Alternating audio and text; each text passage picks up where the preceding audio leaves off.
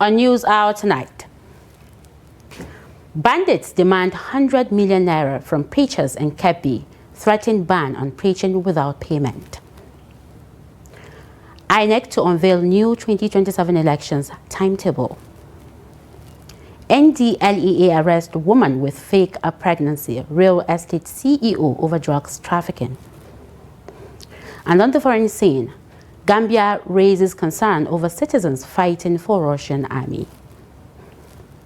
Hello and welcome to News Hour on Trust Television. I am Mariam Idris. Now, suspected bandits have demanded 100 million naira from Islamic preachers in Utono village, Ngaski local government area of Kebbi State, threatening them not to preach in the community without payment.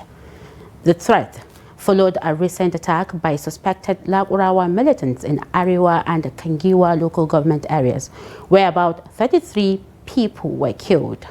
A letter sent to community leaders warned residents not to take the message lightly, causing panic among villagers. A community source said the attackers also claimed they were not afraid of anyone, including soldiers. Confirming the development, the spokesperson of Kebbi State government said Nasir Idris had directed the police commissioner to deploy additional security personnel to prevent any attack. Security presence has since been reinforced in Utono and surrounding areas, with residents remaining on high alert. So joining us via phone call to give us more updates on the Kebbi story is Abdulmumin Haruna Utono. He is a resident of the affected Utono community. Hello and welcome to News Hour, Abdulmumin. Hello, thank you. You're welcome too. All right. So now tell us, what's the situation in Utono village right now, given the threats from the suspected bandits? The situation was very bad.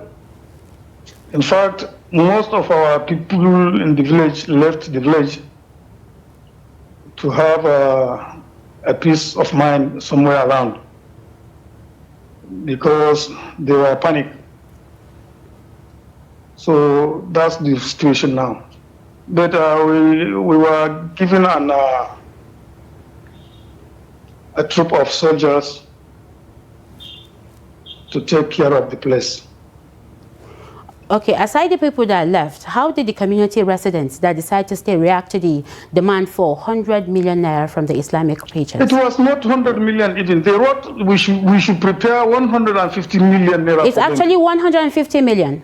It was 150 million for the first letter they sent to us. Okay, go ahead. It was 150 million. So that's immediately we saw the letter. We take it to the head of the village, and the village head assigned his Galadima to take the letter to the headquarters of the local government. So they gave the DPO the information, and well, the time the local government chairman was not in the local government. He was away for some official duty there in Abuja, and immediately he came back. They sent soldiers to us. Okay, what are your concerns about safety and security in the village, and what do you hope the authorities will do? You said the security operatives have been deployed in the state, in the community, I beg your pardon. So what are they doing? Are they doing what they're supposed to do? They are doing their best. They are just going around and looking whether anybody will come to attack anybody there. That was the only thing they are doing. They are not doing anything but just to secure the place. Okay, the moment, how about the village heads? Are they doing anything? Is there a collaboration between the village head and the security operatives to make sure that the community is secured? Yes, there was. We were even contributing some amount of money to take care of the security they brought to us. Maybe we definitely know that government will supply everything for them, but in our own position, we just feel we should do that for them, to have a maximum cooperation within the community. Okay, what about the preachers? Yes. Are they still preaching? Is the Ramadan atmosphere still there? Or what is happening? Yeah, we are doing it. We are doing it. We are doing everything normal.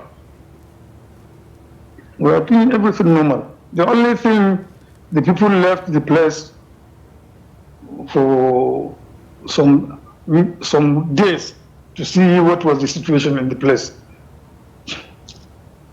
I thank you, Abdul Mumin, for the update. Thank you very much. Thank you very much. Yeah. Moving on, troops of the Nigerian Army under Operation Wild Stroke have arrested a suspected gun runner during a stop-and-search operation in Ibi local government area of Taraba State. The suspect was intercepted at Sarikyon Kudu with an Audi vehicle following credible intelligence. Items recovered include 2 AK-47 rifles, 197 empty magazines, a box of NATO ammunition with 250 rounds, 14 packs of 9mm ammunition containing 700 rounds, and 2.4 million naira. Army authorities said the suspect and recovered items are in custody and will be handed over for further investigation. And now 2 teenage herders have been killed in a fresh attack by suspected assailants around Jol village in the Riyom local government area of Plateau State. The latest incident has raised fresh concerns over the escalating cycle of violence in parts of the state. Trust TV's Adu Musa reports. According to the state chairman of Mieti Allah Cattle Breeders Association of Nigeria, the victims were attacked and killed on Saturday while grazing cattle in the area. The chairman said the assailants also shot and killed 10 cattle during the attack. The development comes less than 48 hours after gunmen ambushed and killed 3 herders along the Doroa Jong Road in Barikila, the local government area of the state. The spokesperson of Operation Enduring Peace, Captain Chinonso Polycarp, confirmed the latest incident. Speaking during the funeral of the deceased, the Magban chairman described the attack as senseless and called for stronger security measures. Mun ga irin rayuwar da muke ciki. Wannan rayuwar da muke ciki yau kashe mutum bai zaman to komai ba. This is the kind of life kashe mutane ake yi kaman dabbobi. Killing a human being has become something ordinary. The victims were grazing when government stormed the area and killed them without any provocation. 2 herders and 10 cattle were killed.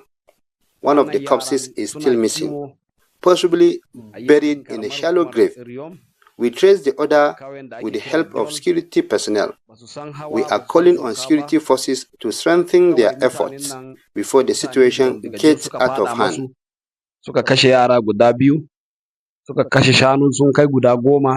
The chief imam of the area, Yahaya Idris, also condemned the attack and urged the families of the victims to accept the loss as the will of God. Inna lillahi wa inna ilayhi raji'un. Inna lillahi wa inna ilayhi raji'un. Those who die have returned to their Creator. For those of us still alive, we must pray for them and entrust all matters to God. The loss is painful, but we must remain patient, united and peaceful despite the provocation. The Mieti Allah Cattle Breeders Association of Nigeria has accused members of Birom community of carrying out the attack. However, the publicity secretary of the Birom Youth Mullahs Association, Ruang Tiangguan, denied the allegation, saying the group was not aware of any incident linked to its members. Meanwhile, security authorities say efforts are ongoing to track down those responsible.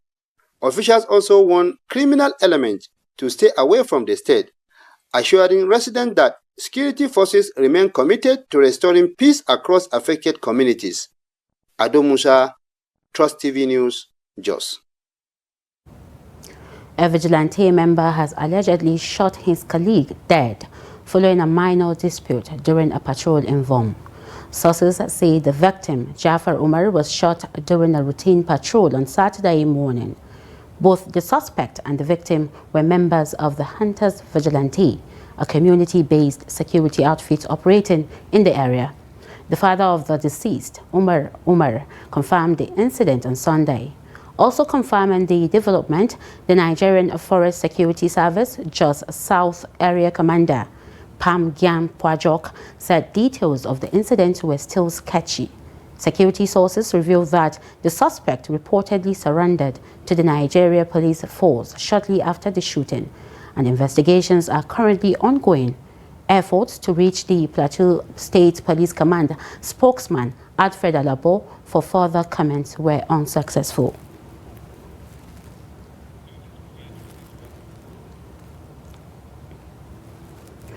Now, street begging remains one of the most visible and troubling social challenges in today's Nigeria.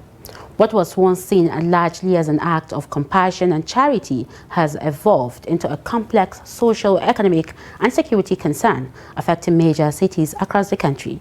In Lagos State, particularly in mainland areas such as Agege, local authorities have begun intensified efforts to remove beggars from major roads and public spaces. Victoria Tokolo filed in the report that is here presented. In Lagos State, the number of people soliciting alms appears to be rising daily. Men, women, and children, including the elderly and even able-bodied adults, have increasingly turned to begging as a means of survival. In a bid to curb the growing presence of beggars on the streets, the Agege local government has intensified enforcement efforts, driving them away from major roads and intersections. However, rather than disappearing entirely, many have relocated to pedestrian bridges, both above and beneath, using them as temporary shelters and operating points. Meanwhile, members of the public continue to give alms, sustaining the cycle. Speaking with residents in Lagos, many shared their views on what government should do to address the rising rate of street begging. Yeah, in Mina in Niger State, you don't have beggars on the street. There's a place called London where they put them. Those that are begging, I don't know, maybe because of the kind of education, the mindset they have that they beg, the almanjiri of a thing. Then secondly, because they beg and they get money every day, they are contented with the money they are getting. You understand? They don't want to work. Well, this is the only way that I believe that can help them by doing this. Most of them, they are not working, and if you can, at least they will still turn up now. Most of them are done for a prayer, and some of them, if you can check their leg and their hand, I believe that this is the only way. I know that I can do this for them by giving them food and food.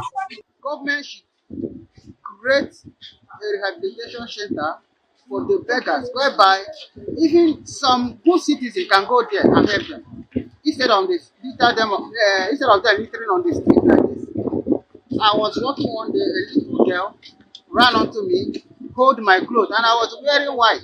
80% of them, if I'm not exaggerating, are those that their culture allows them to do that. So no matter what you're going to do for them, they're still going to come back and beg. So all government needs to do is to educate them more on that religion, let them understand that this is not part of what the religion preaches, but bettering their life in education and getting a better job for themselves. Street begging in Nigeria goes beyond an issue of public order.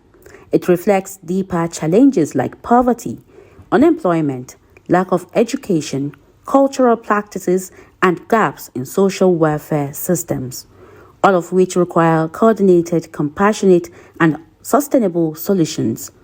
Observers say only by addressing the broader economic realities and strengthening social support systems can the challenge of street begging be effectively reduced. Back to security issues. Joining us via phone call to discuss on these security matters is Abubakar Ibrahim, a security expert. Thank you for joining, Abubakar Ibrahim. It's my pleasure. All right. What do you think is driving the surge in banditry and attacks, especially in northern Nigeria, and how can these threats be effectively addressed? Well, You know, it's something that has been going on for quite a long time now. But what has been making it worse is the collaboration between the Nigerian armed forces or the Nigerian military and the US government. Because this collaboration is not all that clear to everybody and to the Nigerian masses as well. The US government stands that they are sending their troops to protect the Christian communities, which is not true. And the government of Nigeria, up to now, have failed to convince the US government that this is not a Christian genocide as they claim. But by that collaboration, they have given the US government a leverage on the Nigerian security situation. And if you look at it clearly, the US government is biased on the issue. The issue of 100 million ransom from preachers, it has a religious undertone and is very unhelpful. And if you look at the local governments, they are all border local governments in Kebbi states. And the people who are making this ransom demands, they might be agents that wants to take part in what the US claim to be happening in Nigeria. Because they say they are demanding 100 from Islamic clerics, which is unreasonable. So there are so many issues, but a refusal of the Nigerian government to define clearly, they have adopted an approach which is not helping the security situation at all. It's a general approach. Whatever is happening in Nigeria, in Maiduguri, in the northwest, in north central, in the south, is the same approach Nigerian military are adopting. Operation here, operation there, operation this, operation that. They fail to define the crisis. In particular, if you look at Plateau states, it's no longer banditry or kidnapping or cattle rustling or whatever. It's more than that. There are over 10 tribes in different tribes in Plateau states, and there are many herders and Fulani people in Plateau states. And up to now, the federal government failed to reconcile these people who were once a peaceful environment. Plateau, 20 years ago, 30 years ago, it was peaceful. Everybody loved to go to Plateau. What happened? The Nigerian government refused to work, and the security forces are just messing it off. And now, in addition to that, they have invited a foreign power.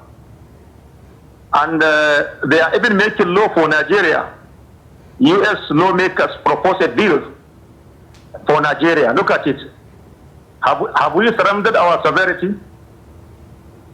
So this is something that has to be changed from the Nigerian armed forces, from the Nigerian government, from the Nigerian Foreign Affairs Ministry. Everybody must come and work to change the situation, to change the narrative, and to give what is exactly happening in our areas. All right. It's more than all what we have. All right, Abubakar, according to reports, the Kebbi State government has reinforced security in Utono village. But what do you think is needed to ensure long-term safety and to prevent such threats? This is not the first time we had reinforcing word of security. That is not the approach. How many times they reinforced security and it failed to give us the security we needed, we deserve. They have to define the conflict itself, the definition of the conflict, and a new approach. But reinforcement does not solve problem. For over 10 years now, it's all reinforcement, and it has even become a political talk now. If they really want to work, they have to redefine what is happening, what is exactly happening to our people, and change the doctrine especially in the military, to see how they are going to solve it. Not only kinetic or non-kinetic, whatever they call it, they should change it. And if they cannot change it, then we will continue going cyclical, because we are going nowhere. Okay, Abubakar, how can communities and security agencies collaborate to prevent and respond to attacks like the one that happened in Plateau State recently? How do you expect community to respond? Well, we have armed forces. The law of have they changed the law that communities can protect themselves? Have they changed the law that each and every member of the community can take a sophisticated weapon like that of a bandit? When you say community, you know, sometimes it's laughable. We need to look at it realistically. The armed forces have what it takes to protect Nigerian citizens. The work has to be changed, the approach has to be changed, the doctrine must be changed. There must be a new plan, a new security strategic plan for Nigeria. Not with collaboration with any foreign power. Nigerian armed forces can do it. All right. Why? Huh? Go ahead. Hello? Go ahead, we're listening. Go ahead. Go ahead. So you see, there are so many things. The only thing is, we are not all that doing the job. How many generals do we have now? How many of them have portfolios? They should sit down and think of the new security strategy for Nigeria. Or else we will continue going this cyclical. All right, Abubakar Ibrahim, thank you very much. Thank you. Away from that, the People's Democratic Party, PDP, has reacted to the outcome of the Federal Capital Territory Area Council elections 2026, congratulating its successful candidates while announcing plans to challenge the conduct of the polls in court. In a statement signed by its National Publicity Secretary, INEC, the party alleged that the elections were marred by intimidation, vote suppression, and executive interference. The PDP said its victories came despite what it described as intimidation, money politics, and the deployment of armed security operatives to influence the outcome. The party congratulated Muhammad Kasim, who was declared a winner of the Gwagwalada Area Council chairmanship election by the Independent National Electoral Commission. INEC had earlier declared Christopher Maikalangu of the All Progressive Congress winner of the Abuja Municipal Area Council elections.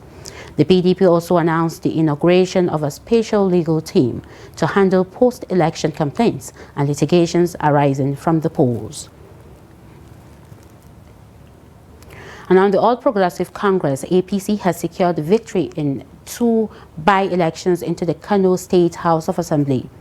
In the Kano Municipal Constituency, APC candidate Nabil Aliyu Deneji emerged winner with 7,484 votes, defeating the candidate of the People's Redemption Party, PRP, who polled 105 votes. The returning officer, Ibrahim Tajo Siraj, formally declared Deneji elected. Meanwhile, in Ungugu constituency, APC's Aminu Saad won the seat with 8,975 votes.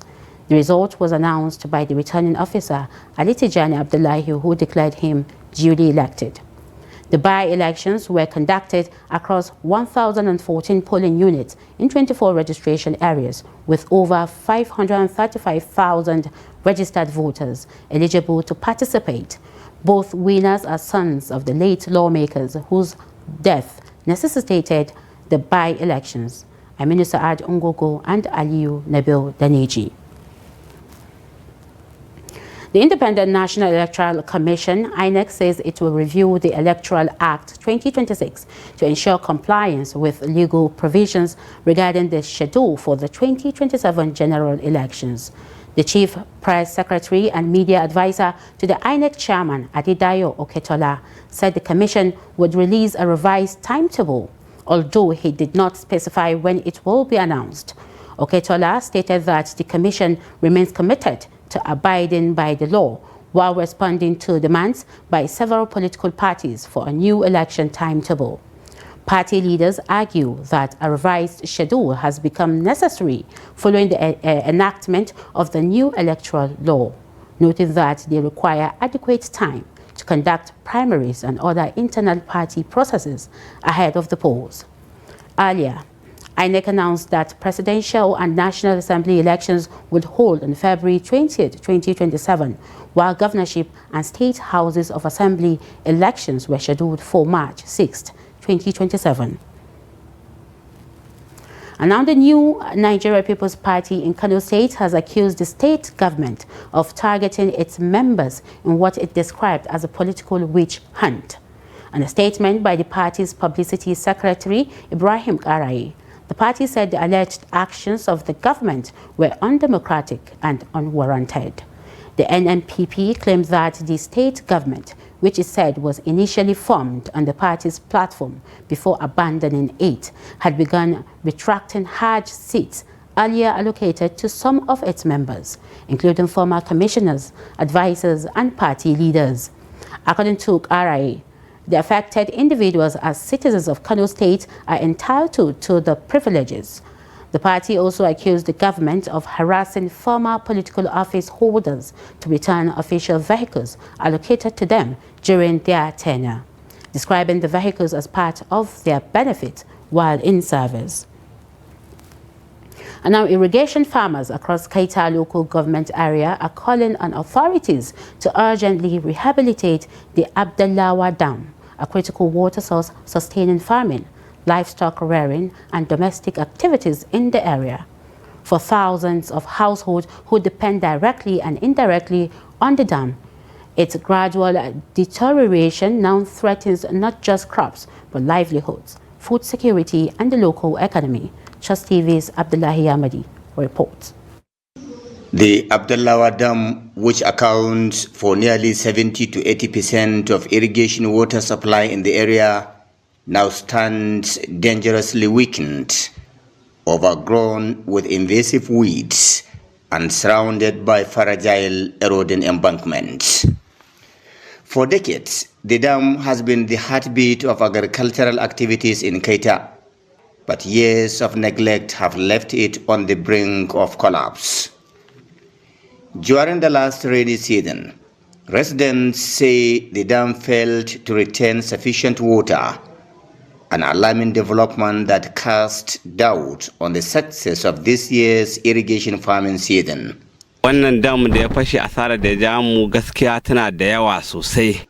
We lost our vegetables during the flood. That is what we used to feed our families and pay school fees. Now, we don't know how this season will be. Makaranta da komi. Worse still, when heavy rains eventually came, the weakened banks could not withstand the pressure. Flood water spilled into nearby farmlands, destroying crops, and farmers had invested their savings, time, and hope in. For many families, that loss meant unpaid school fees, postponed medical bills, and drastically reduced food supplies. Farmers say over 2 million residents in surrounding communities rely directly or indirectly on irrigation activities supported by the dam.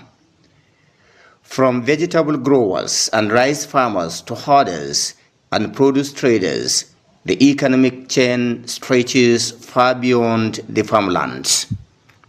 Yet, beyond the failing dam structure, another challenge persists: poor access roads.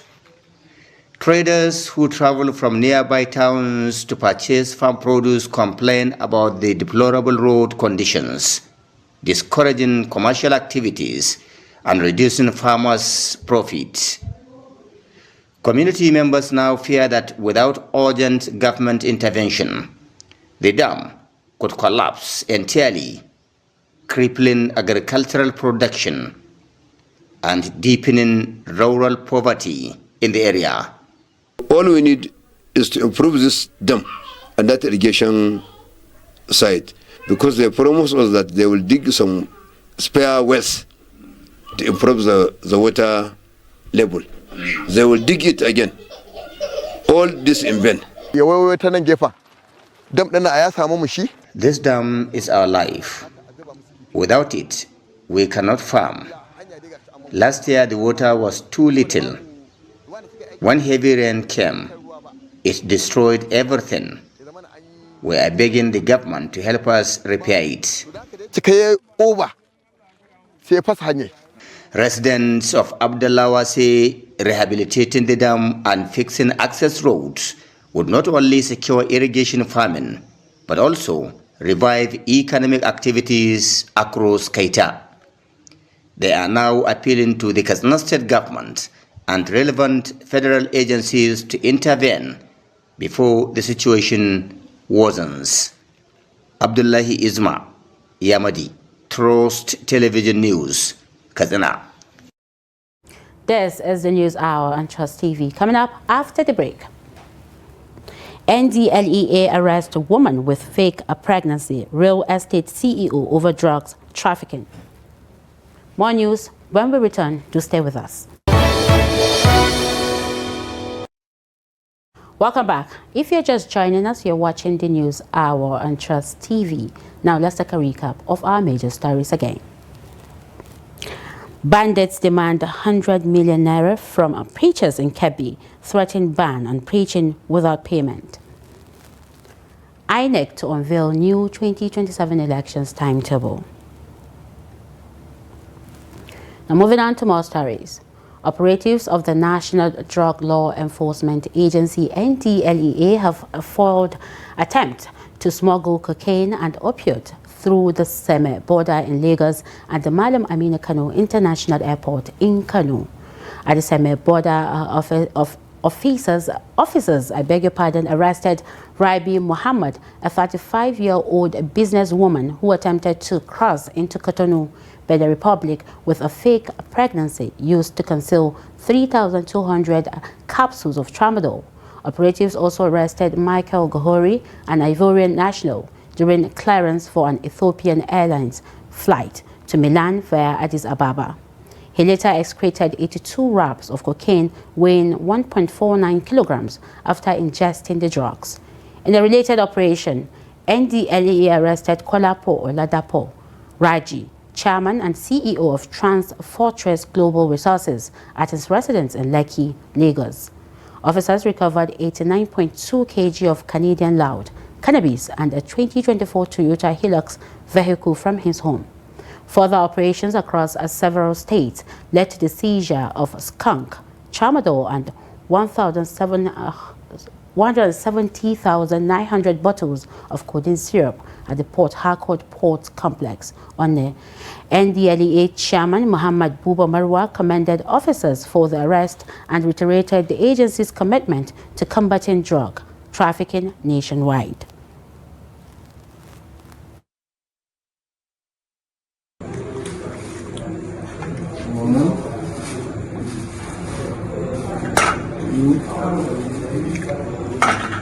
Three, 4, so it's grams.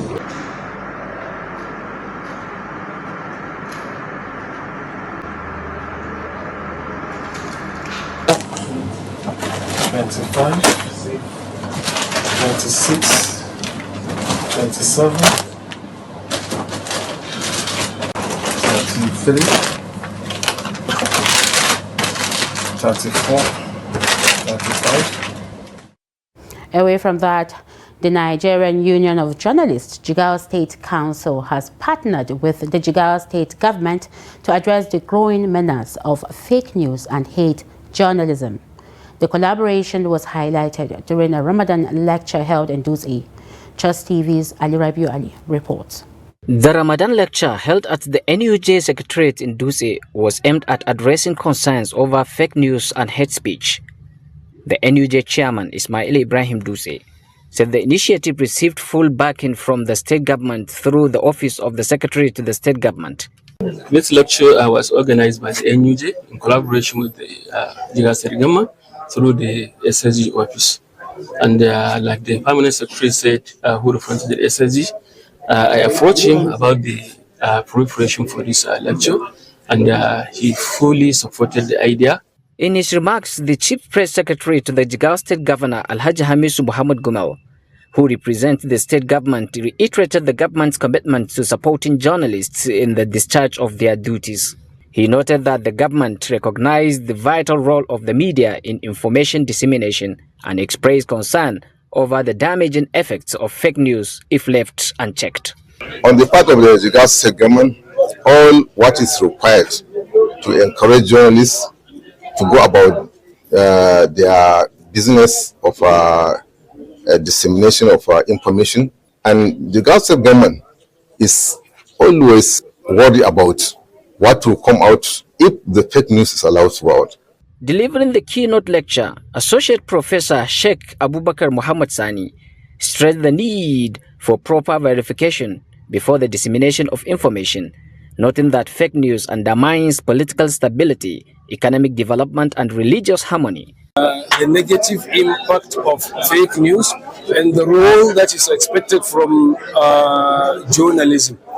What is expected of a journalist to do in order to dispel fake news? It has become so rampant in the society, and it has touched the spheres of politics, economic life, religious life, such that there is need for the religious leaders to give their quota in order to overcome this challenge of fake news. Participants at the event called for collective action to promote responsible journalism and safeguard societal harmony. The lecture attracted journalists, government officials, religious leaders, and members of the public who underscored the need for sustained collaboration to combat misinformation and promote ethical journalism. From Jigawa, Ali Rabiu Ali, Trust TV News. The Socio-Economic Rights and Accountability Project, SERAP, has asked President Bola Ahmed Tinubu to withdraw the Lawful Interception of Communications Regulations 2019, describing them as unconstitutional. In a letter signed by Deputy Director Kolowole Oluwadare, SERAP urged the President to direct Communications Minister Boson Tijani to revoke the regulations and begin a transparent legislative process for lawful interception laws. The call follows allegations by former Kaduna Governor Nasir El-Rufai that the phone conversation of a National Security Advisor Nuhu Ribadu was intercepted. SERAP warned that the regulations allow broad surveillance on grounds such as national security and public emergency without adequate judicial oversight or safeguards. Salt is a common seasoning that enhances the taste of meals. However, health practitioners warn that excessive consumption can lead to chronic illnesses such as hypertension and other related health conditions. To this end, the Federal Ministry of Health is urging Nigerians to reduce their salt intake and carefully read the labels of packaged foods before consumption. Victoria Tokolo's report is here presented. Salt is an essential seasoning that enhances the flavor of food and also serves as a preservative against harmful bacteria. When consumed in small and appropriate amounts, salt provides essential minerals such as sodium and chloride, which are important for vital bodily functions. However, excessive intake can lead to serious health conditions, including high blood pressure. A consultant pediatric hematologist oncologist at the College of Medicine, Idiaraba, Professor Temiye Edamisa, explained the differences between sea salt, refined salt, and seasoning cubes. She emphasized the need to reduce salt consumption for healthier living. Sea salt contains too many impurities. It's not pure. It contains a lot of impurities which may harm you. That's about number two. Sea salt is not, how can I say now? It has not been primed with sodium, and with iodine. The salt that is sold for us to consume has iodine added to it. And we need a little bit of iodine for our system to work properly. So if you are taking sea salt and you are not taking iodine, and you develop gutter, and you develop thyroid function failure, then you'll be in more trouble. Health practitioners from the Federal Ministry of Health also cautioned Nigerians against excessive salt intake. They advised consumers to read the labels and check the sodium content of packaged foods before purchasing or consuming them. They further encouraged Nigerians to make regular medical checkups a priority and to monitor their blood pressure, noting that this is essential for maintaining good health. Salt consumption is good, but excessive consumption is a problem. It is the reason why a lot of us are coming to the hospital with elevated blood pressure. So, and then number two, read your label. Because something is, if you are consuming potato chip, do you know how much potato, how much salt, how much sodium you are consuming inside that bag of potato chip? Most of their main constituents is still salt. 70% of their constituents is still salt.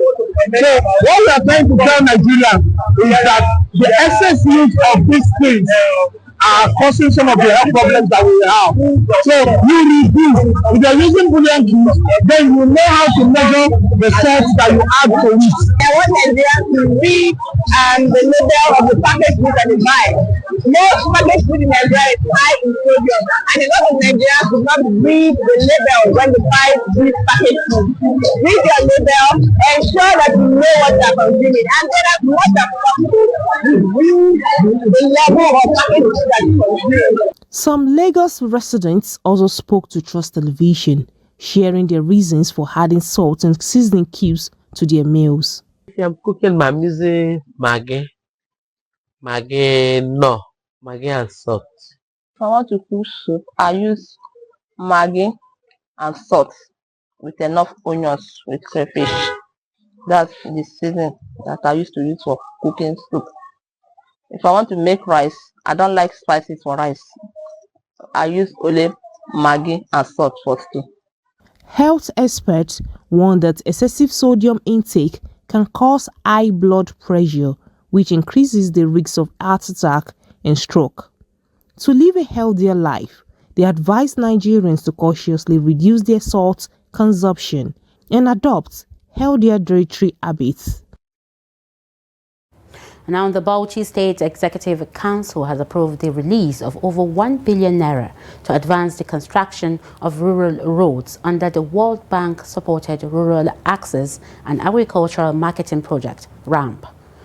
The approval is part of the state government's effort to improve rural connectivity and stimulate economic activities at the grassroots level. Trust TV's Adamu Imam reports. At the ceremony, Governor Bala Mohammed assured residents that the Modern Markets project will ease doing business, particularly for local traders and marketers. He stated that the initiative is part of broader efforts to stimulate economic growth and position Bauchi as a center of commercial activities in the region. The governor also disclosed that his administration has attracted interest from the international community, including engagements with the European Union, to strengthen economic development in the state. We gather to perform the groundbreaking ceremony for the development of Anteka Market, New Bolajari, New Vegetable Market, Kasongwari, New Winter Market that have been settled here, New Furniture Market, and Grain and Herbal Market. Along this Atiku Abubakar bypass. This moment is not accidental. The Commissioner for Special Duties, Farooq Mustafa, disclosed this to journalists after the Executive Council meeting held at the Escort Chamber of the Government House in Bauchi. He explained that the approved funds will accelerate both ongoing and new rural road projects across the state, enhancing access to markets and boosting agricultural productivity. A state government, a serious state government or governor, will supplement or complement what RAM is doing. Because I said earlier, in RAM you can only construct a span, one single span of a bridge, just about 1.5 meters. But in Bauchi we have constructed some with 5-6 spans. You understand? So you cannot do it with the World Bank money. You are doing it from your own budget, and we budgeted these monies from our budget in the Ministry of Rural Development. I have that budget for those additional works to be done in the rural areas. The Commissioner for Health, Dr. Sani Muhammad Dambam, also announced that the Council approved an agreement to engage a health facility construction expert to support the ongoing remodeling of Bauchi Specialist Hospital, aimed at improving healthcare service delivery.